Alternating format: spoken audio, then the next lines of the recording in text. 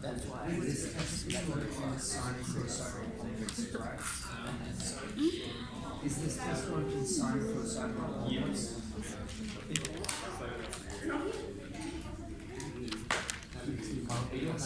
Yeah. Okay, so I'll just maybe let you know while we're running late. So my wife and I are having twins, which is pretty exciting. So, yep, and so she's just having a bit of a scan, and one of the twins was not cooperating. It was sort of moving around and not staying still. So it just took a bit longer than expected. So, thank you. So, does anyone, if one person puts their hand up, I'll do it. Does anyone want to go over some sine and cosine rule? Okay, cool. Let's do some of that. So we'll start with that. So I'm just going to put a couple of comments up here. Where's your notebook?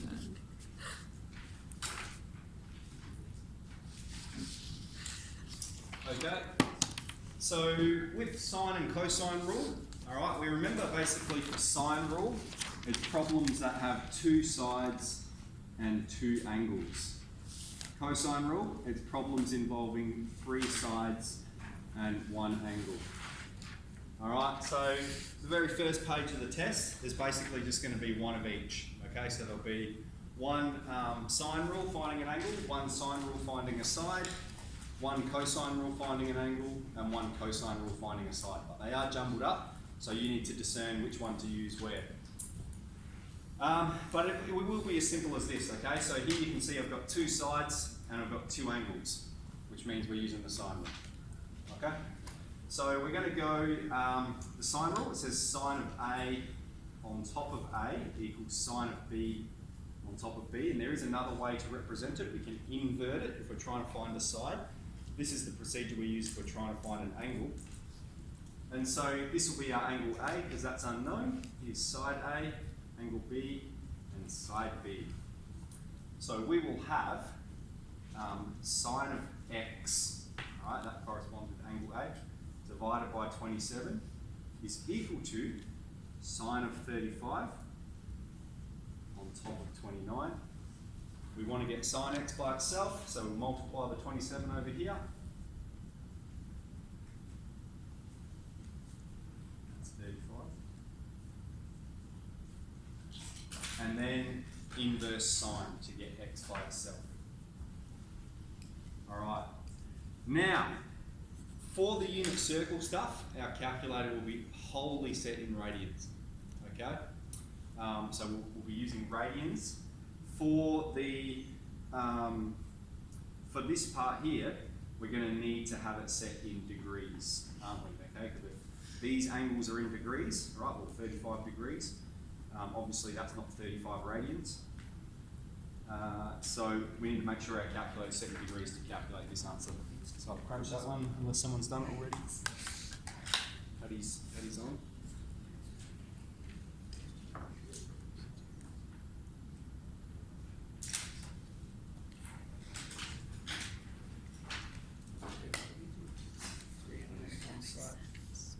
Excuse me? Is there anything for three angles one side? No.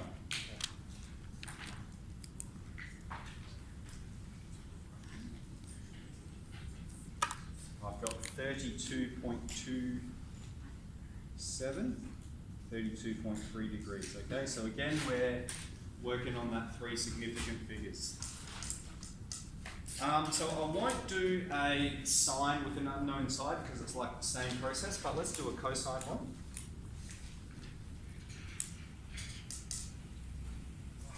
And in fact, let's do a worded problem.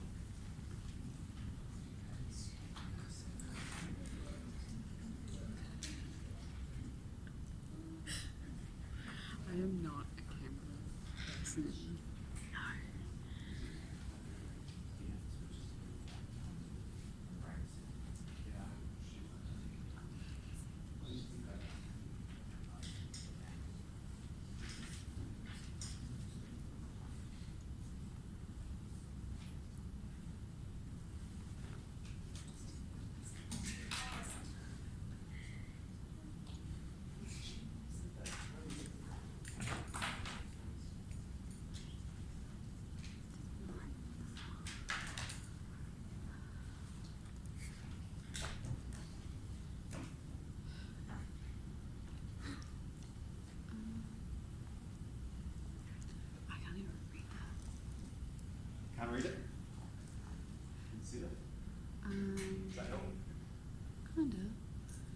Okay, so consider triangle ABC, where angle BAC is 42 degrees.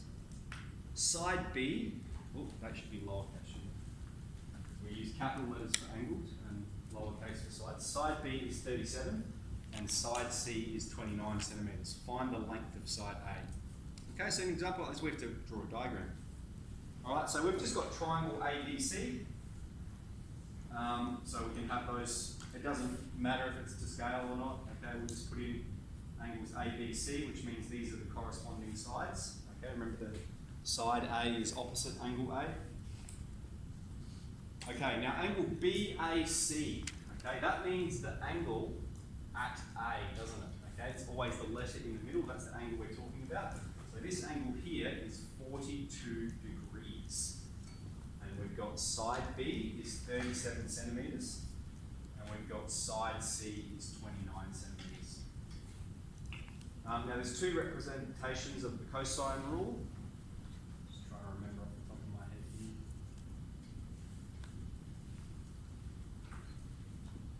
Alright, so that's the one we're using if we're finding an unknown side. And we are trying to find side A.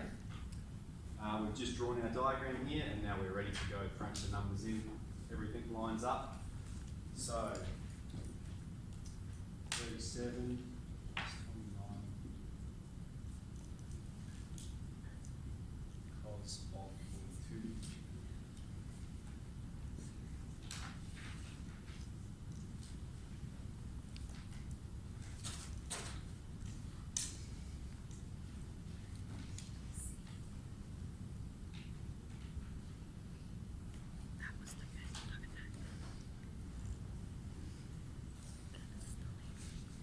And I've got 24.80.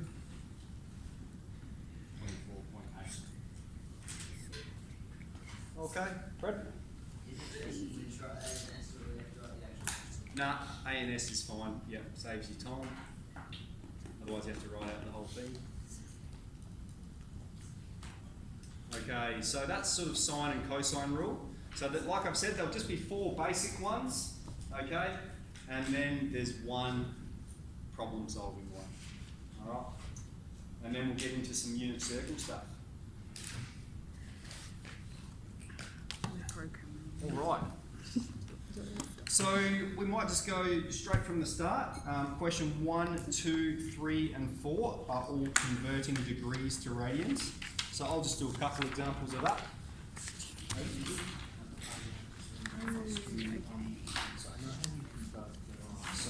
Probably should have done the same. We're totally going to do Cosine A and A squared.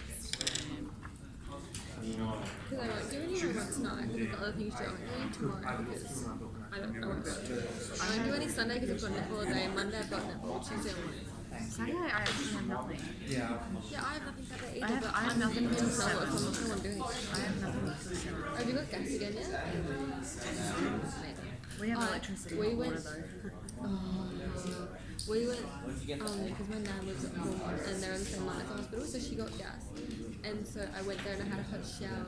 And my brother and my mum were coming and the gas left.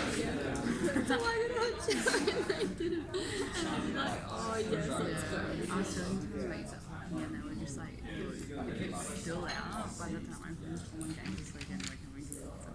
Okay. Okay, so I'll do these two examples. I'm going to fill it up because they So we've just got that lovely diagram there going degrees multiplied by pi on 180, going to from radians 2 degrees multiplied by 180 on pi. So it's as simple as 270 times pi on 180.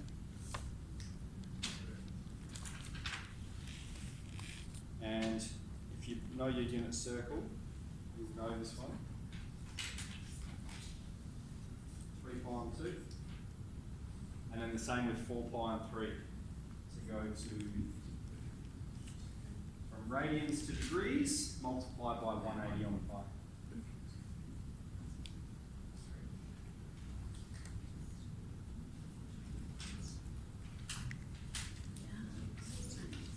Okay. Any questions? No. So let's move on to question 6, 7.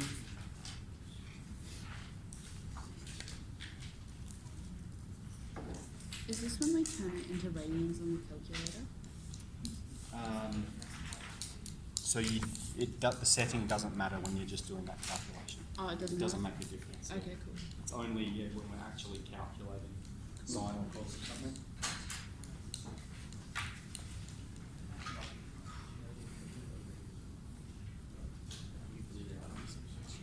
So let's have a go at, we'll just do question 6b. Alright, so we're told sine theta is a third, and to find cos theta. Now there's two processes we can use. We can use the formula, that cos squared theta plus sine squared theta equals 1.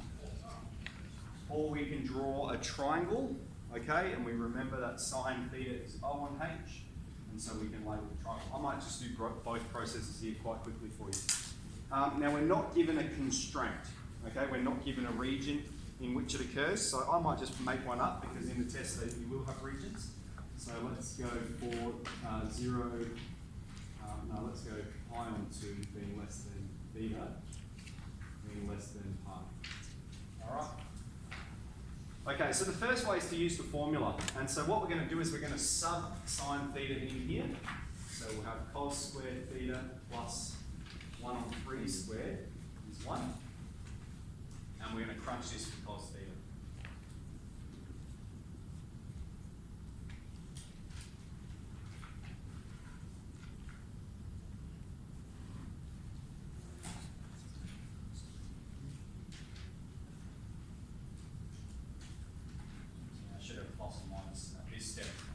So a couple of people a bit confused about where we put the plus or minus in. The plus or minus comes in as soon as we square root anything. Okay, so here we're square rooting both sides. We're maintaining that equation equality.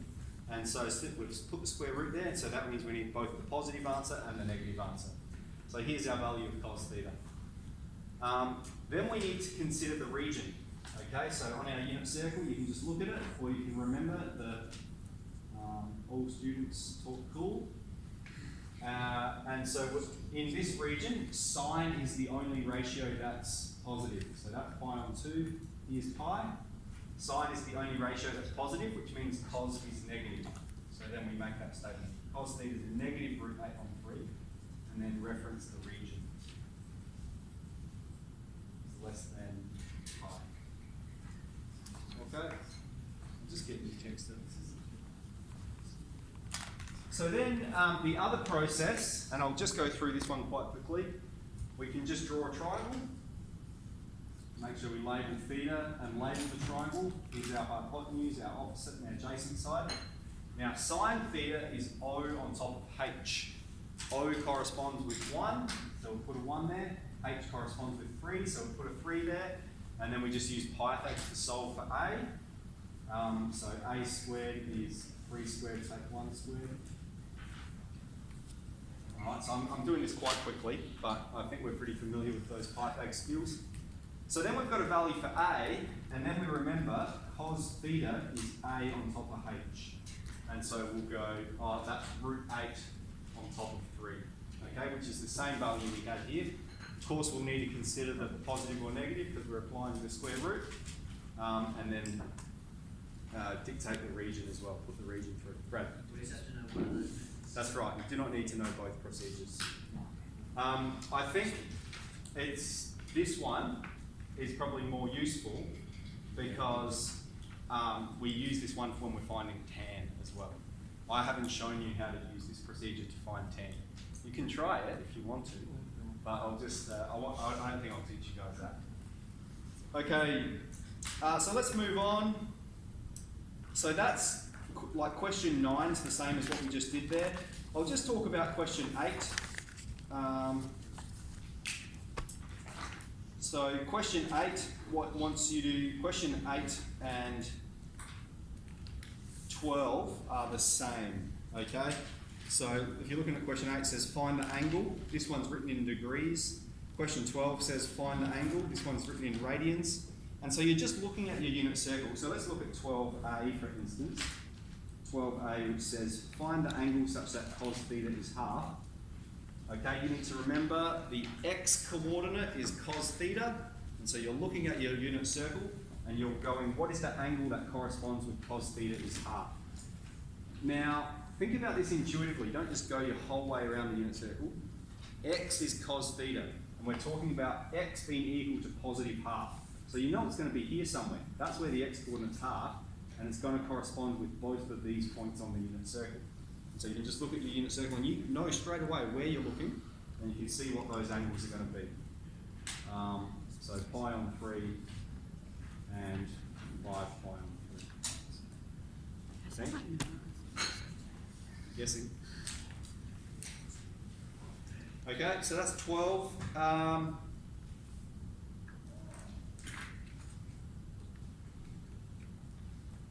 Alright, so we talked about 12 and 8. 9's the same as 6 and 7. Question 10 just wants you to look at the unit circle and go, oh, you've got pi on 6. What is sine of pi on 6? Okay? And so if you look at the unit circle, your angle is pi on 6. It goes, what's the sine value? And so that just means, what's the y value when the angle is pi on 6? Okay? Let's look at 11.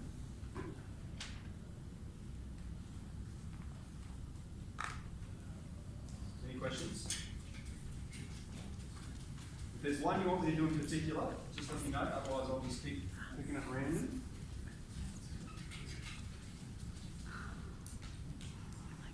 Okay, so just for 11, let's do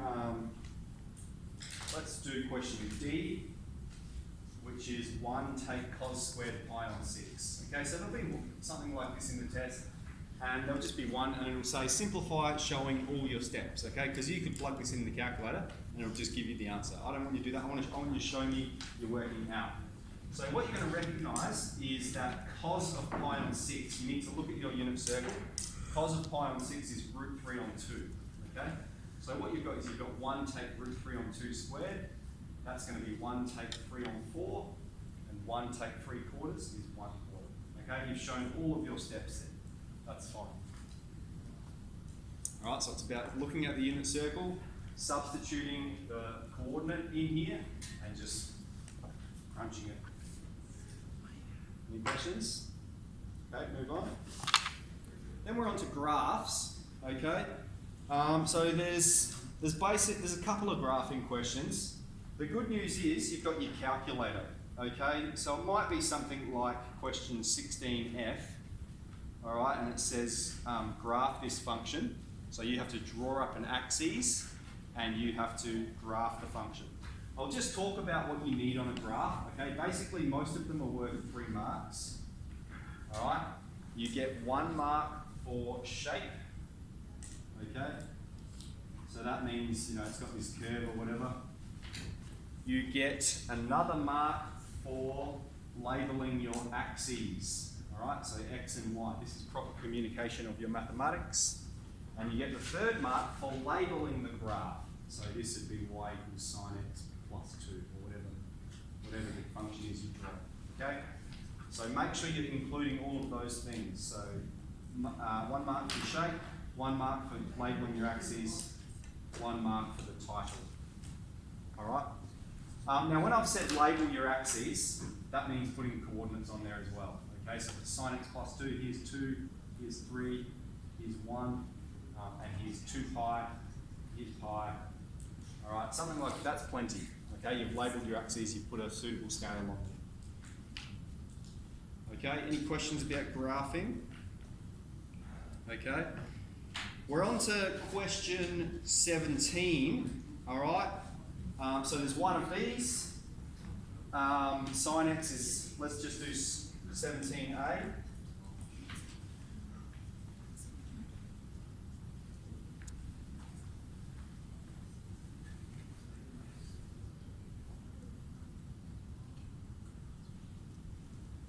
So 17a wants you to find the values of x, and it will give you a region. Here they've got you to go from 0 to 8, all right?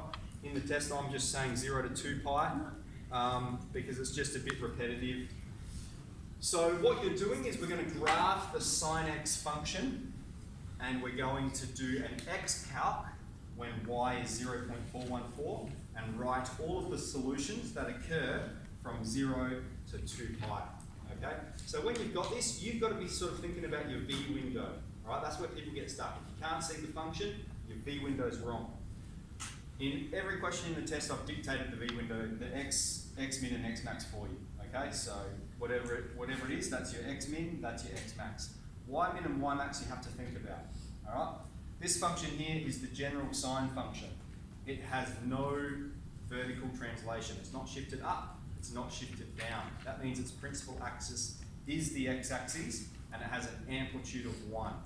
Okay, which means the most it's going up is 1 and the most it's going down is -1. So for y, you'll go from -1 to +1. You get that? You do the g-solve, it's only going to give you those 2 solutions. Okay? Everyone comfortable with that process? Yep, should we go through it? What was the -1?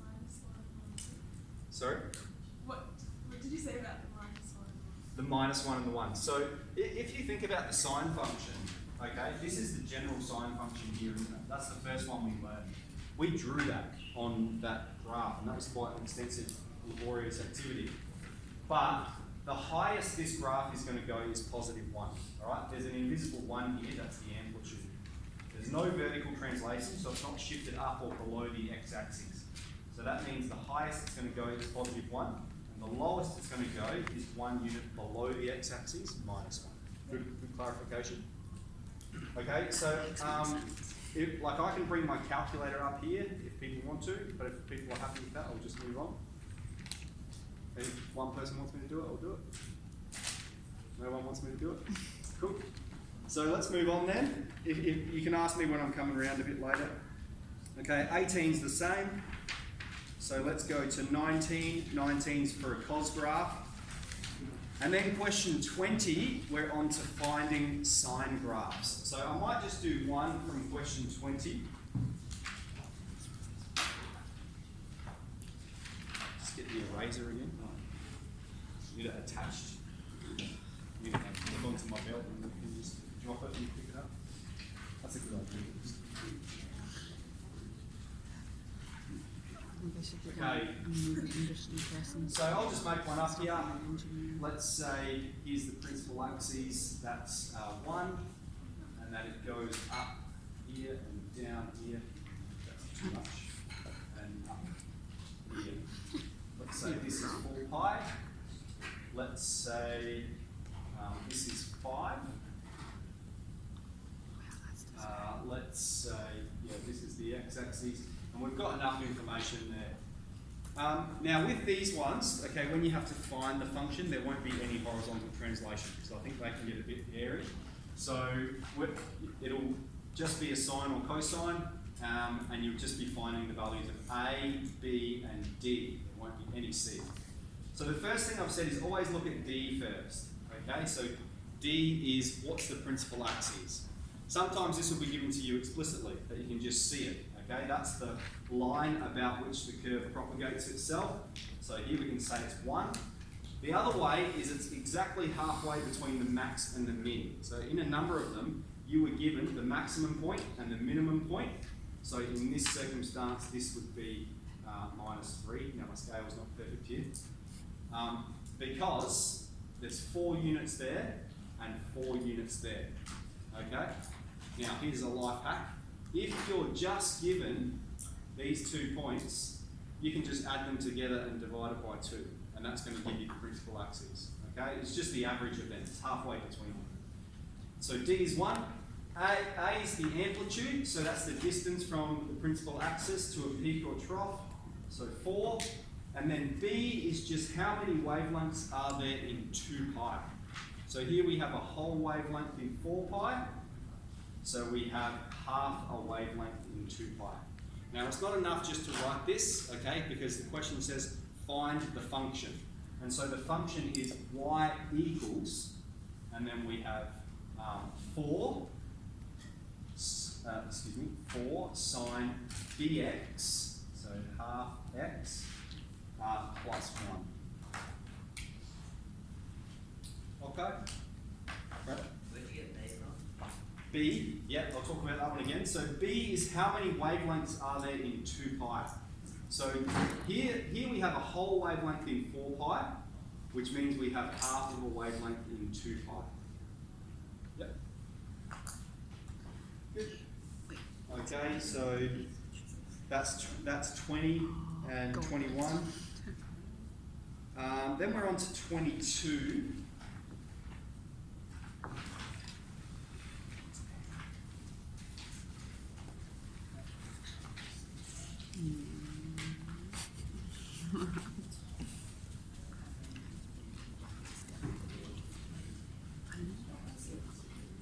Alright, and I think this will be the last one I do because both 24, 25 and 26 onwards are pretty fresh. So let's just do what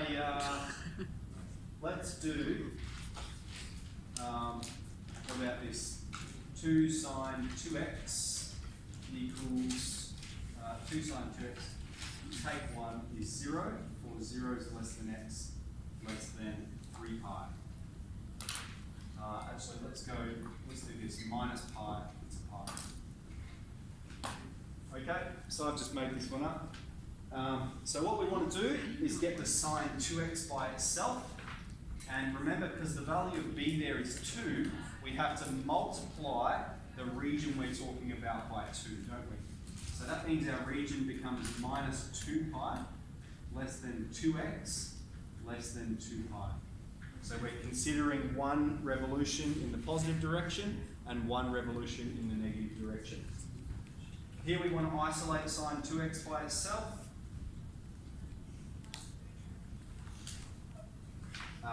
So I've moved the 1 over and then divided by 2. Oh my And then we're going to look at our unit circle. Yes? Did you do that by 2 or original numbers? Before sine or before x? 2 sine 2x. Why did you do it by 2? Yeah, so whatever the value of b is here, you have to multiply the region by that. So here's the region we're given, but because there's 2 wavelengths in 2 pi, we need to consider that here, and that's how we do it algebraically. Yeah, good question.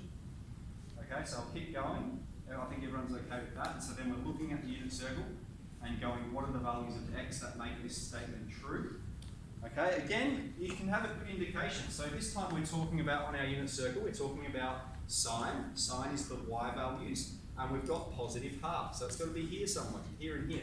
That's where both coordinates are going to be positive half. And so the angles will be pi on 6 and 5 pi on 6. Okay, I don't have my unit circle up here, so I'm just going by memory. If I'm wrong, call me out. Alright, and then we need to, so that's going to be our angles in the first revolution, okay, but we need to consider, so that's 0 to 2 pi, we need to consider going back the other way, which means we've got these 2 angles, and we're going to subtract 2 pi from both. So we've got pi on 6, take 2 pi, and 5 pi on 6, take 2 pi.